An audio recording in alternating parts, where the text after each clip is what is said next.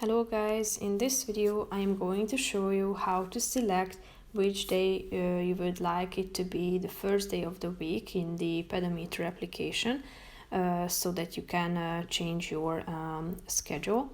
But first I just want to mention, don't forget to subscribe to my channel because at 10,000 subscribers I am going to show you my whole YouTube revenue statistics and growth strategy, how to make money online. So let's jump into it. First of all, open the application on your phone. After that, tap on the settings icon down below, which is the first option. Scroll down till you find the first day of week option, that's the third one, and click on it. Here you can select from three options: Monday, Saturday and Sunday.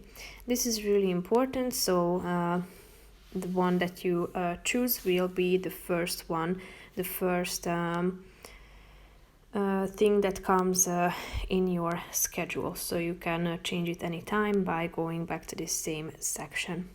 So if you tap on the today button, you will be able to see that this function has been changed. So that's pretty much it for this video. I hope you found it helpful. If you did, consider subscribing and see you in the next video. Bye bye.